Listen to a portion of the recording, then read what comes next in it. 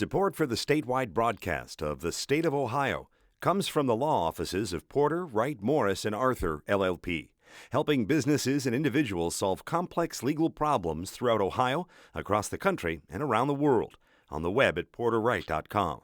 And from the Ohio Education Association, representing 121,000 teachers, support professionals, and higher education faculty committed to the success of every child. Online at ohea.org. Another high-profile inmate suicide shocks the state and rocks the prison system.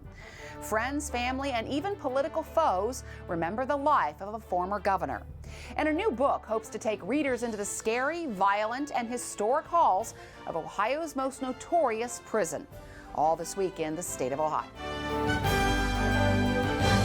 Reviews are underway examining how one of Ohio's most notorious prison inmates committed suicide a month into his life sentence. Cleveland kidnapper and rapist Ariel Castro was able to hang himself with a bedsheet at the Orient Correctional Facility south of Columbus, despite his placement in protective custody, which involves checks every 30 minutes. Ohio Prisons Director Gary Moore ordered the reviews less than a day after Castro's death on Tuesday. Castro's suicide is the 7th in an Ohio prison this year, and the second high-profile suicide in less than a month.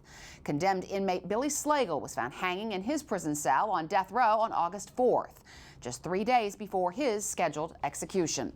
The American Civil Liberties Union of Ohio has called for an investigation into Castro's death and whether all inmates are getting the mental health treatment they need.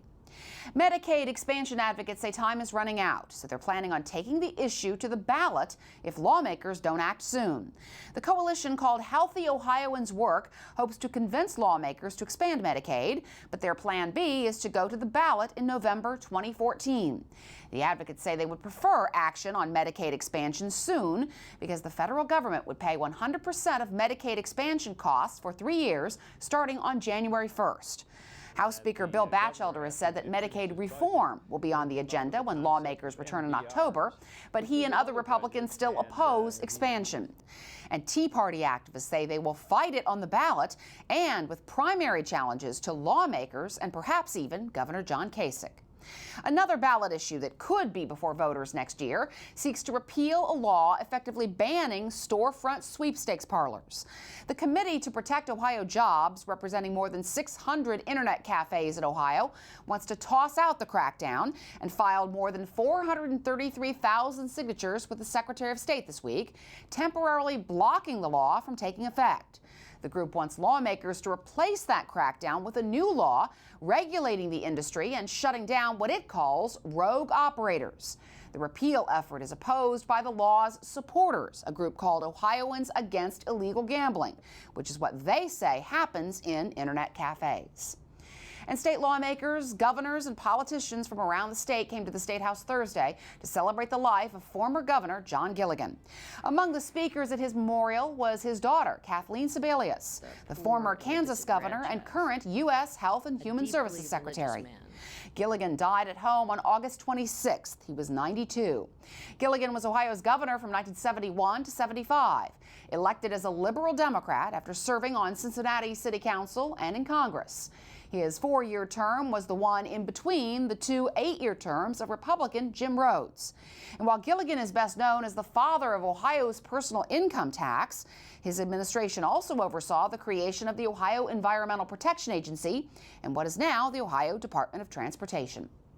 One of Columbus's oldest and most famous buildings is no longer standing, but the history and the impact of the Ohio Penitentiary is still felt by people who remember the huge facility, which used to take up nearly 23 acres of prime real estate in downtown Columbus near Nationwide Arena.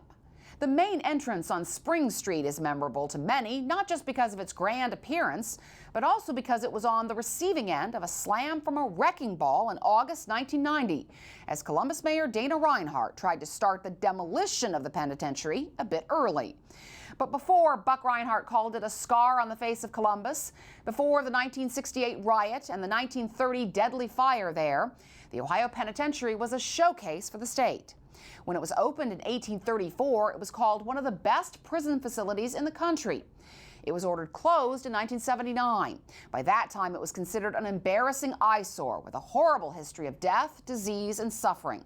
In its 145 years, it went from being called the model prison of the United States to a center of human misery and political patronage.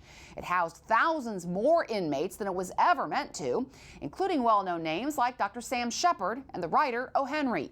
It housed women, children, and the insane, along with the worst criminals in the state. It was the home of the dreaded electric chair and hosted public executions, which were not that rare in the 19th century. It was the site of one of the most storied events of the Civil War, the daring escape of a group of Confederate prisoners who tunneled out of their cells and climbed the prison walls with a homemade grappling hook.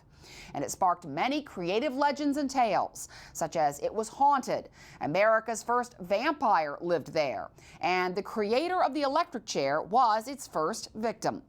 3 authors have taken on the challenge of telling the stories of the old Ohio Pen. 2 of them are here to talk about their book, Inside the Ohio Penitentiary. David Myers, who worked for 3 decades in the Ohio prison system, including at the Ohio Pen, and Elise Myers-Walker, a freelance writer and photographer who's also co-authored 4 other books with her father. James Daly II is the book's 3rd author. He holds the largest private collection of Ohio prison memorabilia. Let's start with the birth of the Ohio Penitentiary back in 1834. When it was constructed, it was near downtown Columbus, but it was far away from Columbus when you consider the size of Columbus at the time. Why was it built where it was built? Well, it was built where it was built because essentially it was the capital of the state. And as part of the capital of the state, when that was created, land was dedicated for certain purposes. And eventually they got around to building a prison. As we've mentioned in a previous book, there was a need for building a jail in Ohio almost from the beginning. The first settlers here found a need to have someplace to lock people up because not everybody behaved themselves. And so there was a real hue and cry to build a prison fairly early in the state's history. And overcrowding, unfortunately, became a pretty quick problem here. The prison was built for 1500, and it wasn't too long before it was holding thousands. Yeah, one of the themes in this book and in previous books is the fact that we built these showcase institutions that are kind of the cutting edge of penology at the time that they're built, and then we proceed to undermine them by cramming as many people as we can into them. And unless you've worked in the prison system, I don't really think you have an appreciation for how overcrowding affects programming. And programming, keeping inmates dutifully employed is a real challenge. And the more idle time they have, the more troubles they get into, and the more problems you have in the prison. As the years go by, people are starting to forget what the old Ohio Pen looked like. And I'm just wondering, Elise, can you talk about what it looked like when it was first built, what it looked like toward the end? This was a huge building. Yeah, absolutely. As my father said, when it was built as a showpiece. It was meant to say, look at how great our state is, look at how beautiful our penitentiary is. We're going to do great things here. We're going to be amazing. And so, stunning Gothic building. Now it changed over the course of it, and actually we went from a very small building that was really 3 stories with a stairway in the back to the Gothic facade that was eventually, I think everybody of a certain age remembers. Unfortunately, everybody of a different age doesn't remember anymore. Really stunning, really scary looking. There was sort of an idea when it was built, and it was built with the impression that it was beautiful. It wasn't built to be terrifying, but it was about giving the prisoners something to look up to, casting their eyes towards God, looking up at this beautiful facade. Now, as we said, it became downright scary. When it actually closed and sat abandoned for years, we were running haunted houses out of it for a while, and it suited it. It was very much like Mansfield, and if you want to kind of get an idea of what it looked like, Mansfield isn't an exact version, but not too far off. It's more ornate. It's more ornate, yeah. But really scary. In Mansfield, they call the Ohio State Reformatory there Dracula's Castle. I think you could also have called the Pen Dracula's Castle in its time, too. And inside the pen, while it might have looked very nice on the outside, especially initially, inside the pen, there were no luxuries here. This was a different day of prisoner treatment. The prisoners were subject to some very serious conditions, the overcrowding that I mentioned. Also, there were sweat boxes for punishment. Prisoners were beaten. They were forced into factories to make items for business owners that treated them poorly. This was not a good place. They were volunteered for medical experiments. Well, it's kind of interesting, the development of the prison system in the United States. In Europe, people went to prison if they were political prisoners. Anyone else, the only time they spent in prison is if they were waiting to be executed. They usually had some kind of corporal punishment. If you were a thief, they'd punish you physically and turn you loose. We started the process of more humane. We'll just lock people up for a while, but we didn't really know what to do with them, and so we're kind of inventing that as we go along. And there was competing systems, but some enforced solitary. Couldn't speak. Prisoners couldn't speak. They walked in lockstep. Other methodologies. They allowed them to speak, but they really put them to work. Tire them out so that they sleep soundly every night. During the 19th century, all kinds of philosophies are developing, and they're tried at various prisons. Several different ones were tried at the Ohio Penitentiary, and eventually, we got away from having a system where punishment was the emphasis to trying to rehabilitate people. But it first became necessary to separate out the fact that we had women and children and men all together in the same prison. White-collar criminals with murderers and rapists. So we started developing institutions, to separate them out, and so they created the Ohio Reform Farm, known as Boys Industrial School, to take out the juvenile youth. Children, basically. Boys. Later they developed one for girls, and they created an annex for women within the walls of the Ohio Penitentiary. And as the penitentiary was built, it went from this small building to what it became toward the end. There was a facility for women in there. There was an insane asylum in there. There were places where the inmates worked. There was the whole area for executions. Right. It was a city, quite honestly. In the end, you had the hospital, you had the church, you had the women's area, you had the post office. So, yeah, very much a city within itself. But then once again you get the problem of putting too many people in these facilities, and you ended up with a cholera epidemic in 1849 that killed 116 of the 423 people there. A quarter of the prison population, more than a quarter of them, died. There were two deadly riots, one Halloween 1952, and then the one in 1968, and then also the Easter 1930 fire. Let's start with that one. That one was considered one of the worst prison fires ever. 322 inmates died. Yes, that was basically, there's a number of tragedies involved in that. One is that you had a prison administration, Preston Thomas was the warden, who did not prepare for fire. They had no fire drills. There was no plan. After the fire, they asked him why not. He said, well, I expected us to use common sense. Well, common sense didn't involve deciding what to do when you had inmates trapped in cells. And so you had guards not knowing whether they should release them or not.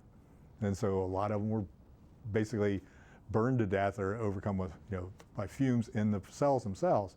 But you also had, the whole thing was basically several inmates were planning to escape. There was construction going on. There was a lot of wooden timbers for just building the structure to work on. Mm-hmm. And they had lit this candle fuse, expecting that it would ignite the wood, and that would create a diversion. They'd be able to escape. Well, they mistimed it, and so everybody was locked back in their cells by the time the fire started. And another part of that tragedy was that, corollary to not having any plan, some prisoners were kept locked in their cells. They said, if they release them, they're basically releasing them to the public, and they didn't have a plan in place for that. Yeah, the first concern was this is just an escape attempt, so so don't let anybody out to shoot inmates if they're trying to escape. And it was a lot of heroism on the part of inmates, rescuing other inmates. And eventually, guards started unlocking cells just so the inmates could do it. But well, and then there were these two riots, the one on Halloween in 1952 and then the one in 1968. Mm-hmm. And these are pretty much the same kind of conditions that create riots now, overcrowding and issues related to food and housing and those sorts of things. Yeah, I try to impress upon people, because I've experienced this, how important food is to inmates. And it's because they have few amenities when they're in prison, and so they don't want people messing with their food. And during the World War II, they went through rationing just like everybody else did. After World War II, it seemed to continue. Things didn't improve their rationing in the didn't prison. end. Yeah, their rationing didn't end.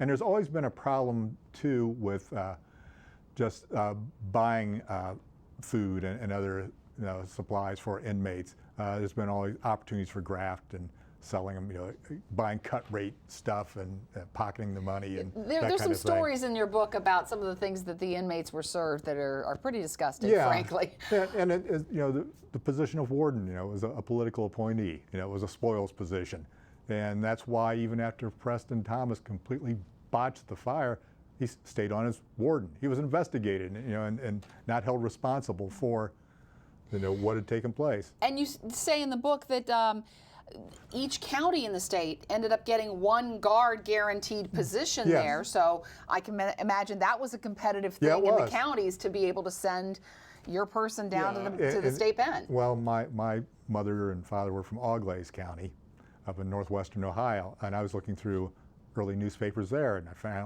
ran across a series of letters that were written by the guard from Auglaize County back to the local newspaper telling what the prison was like at the time.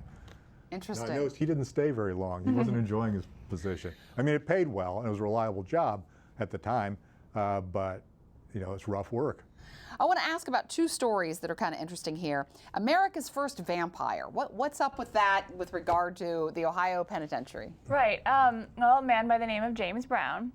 And it's really interesting because there have been people writing books and looking more into him because this sort of story developed saying that he was a vampire. And he was basically on a ship. He was Portuguese, I believe? Yeah, Portuguese sailor. And he was on a ship and ended up killing a guy on the ship. Apparently got into an altercation with him. A number of things happened. Stabbed him. So what did he do that made him apparently vampirical? Seemingly nothing.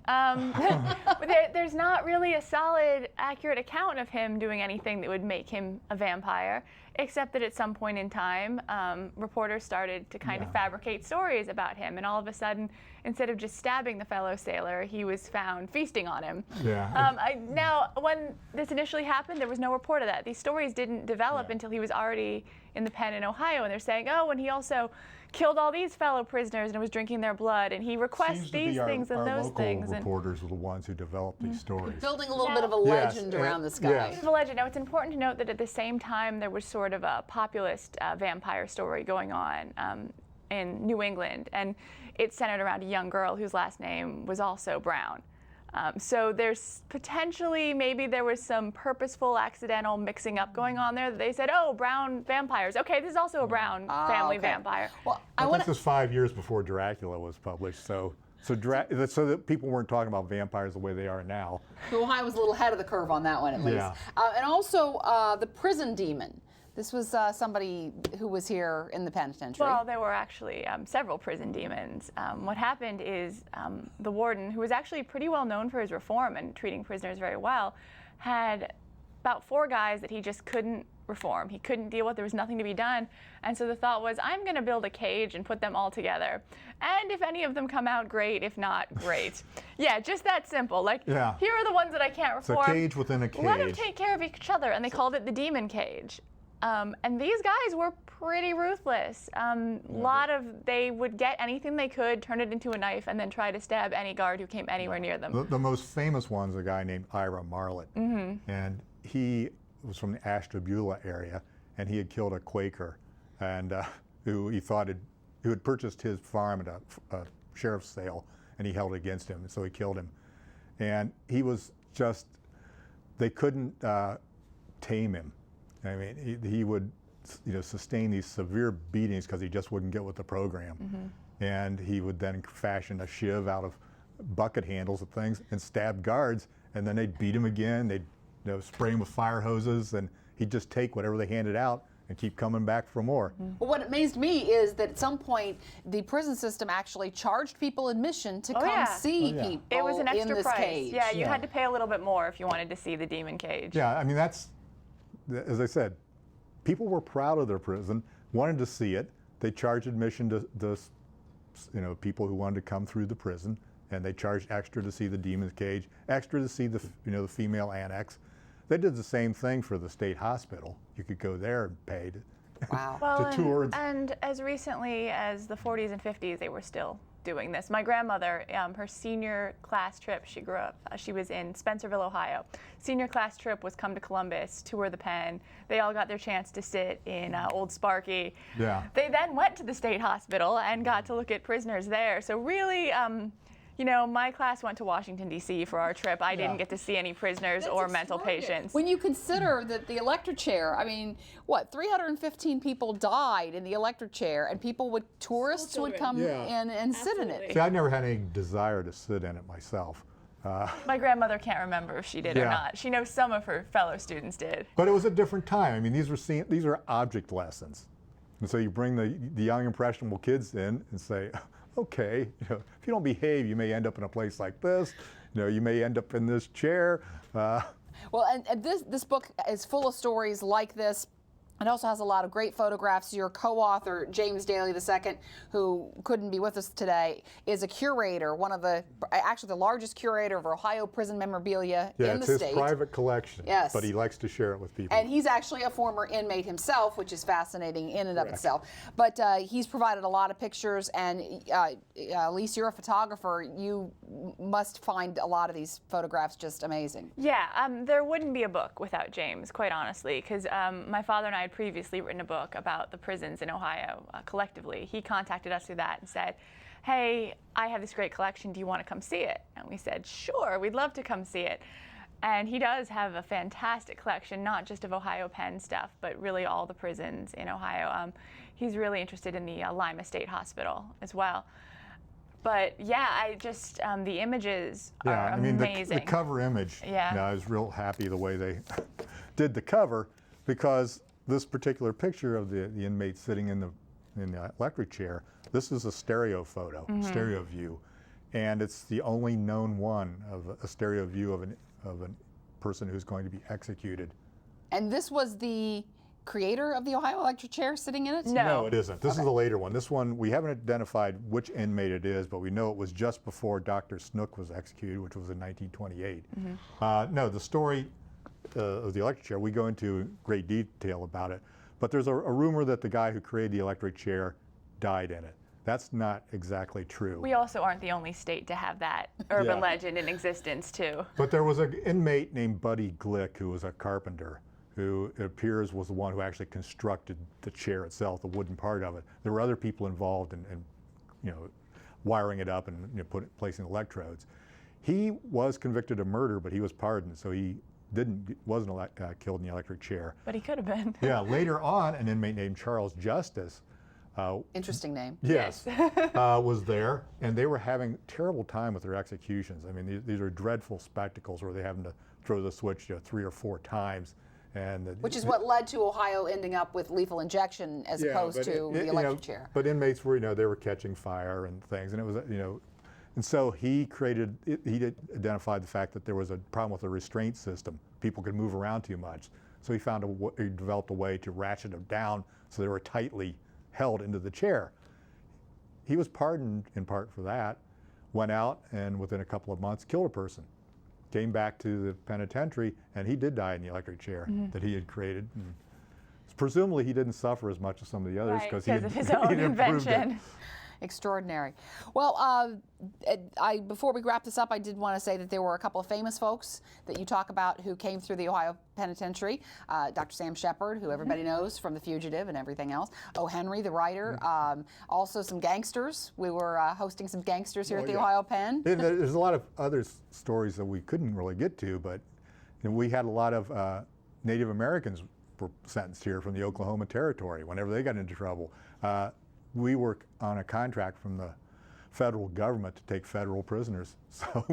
So a lot of interesting folks ended up here. And when you consider how small that prison was, it is amazing how many people came through here, even though it was incredibly overcrowded, it held at its height 5,200 prisoners. Yeah. When you consider how big the prison system is now and how large the facilities are now, that's a pretty small building. But also, you got 150 years of history there, so there was It has a deserved reputation for being a hard place, but there are interesting things there, and I think James especially likes to dwell more on the inspirational things. The inmates who, like during the fire, risk their own lives to rescue people, and he's particularly fond of a baseball player named Tax Latimer, who was there, who was so trusted by the administration that when they had rioting conditions, he was given a gun to help subdue the other inmates. And subsequently, he saved the warden's daughter because he had a weapon. When other prisoners came to attack her or she was caught in the crossfire, he was able to defend her. Yeah, there's an entire chapter about women, that at least did women in the prison. Including the woman who brought her baby to her execution. Which Well, I thought was interesting. that is a good trick. If you're a woman and you're gonna want to get out of an execution, either bring an infant or be visibly pregnant, and they don't want to execute those people.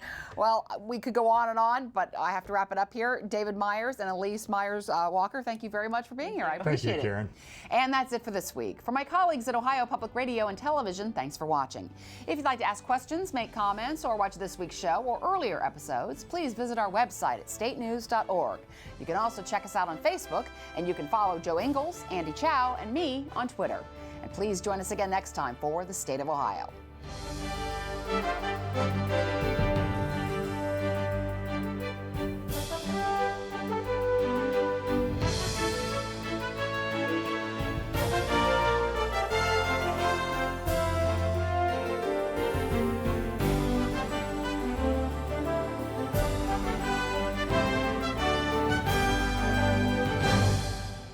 Support for the statewide broadcast of The State of Ohio comes from the law offices of Porter, Wright, Morris, and Arthur, LLP, helping businesses and individuals solve complex legal problems throughout Ohio, across the country, and around the world, on the web at porterwright.com.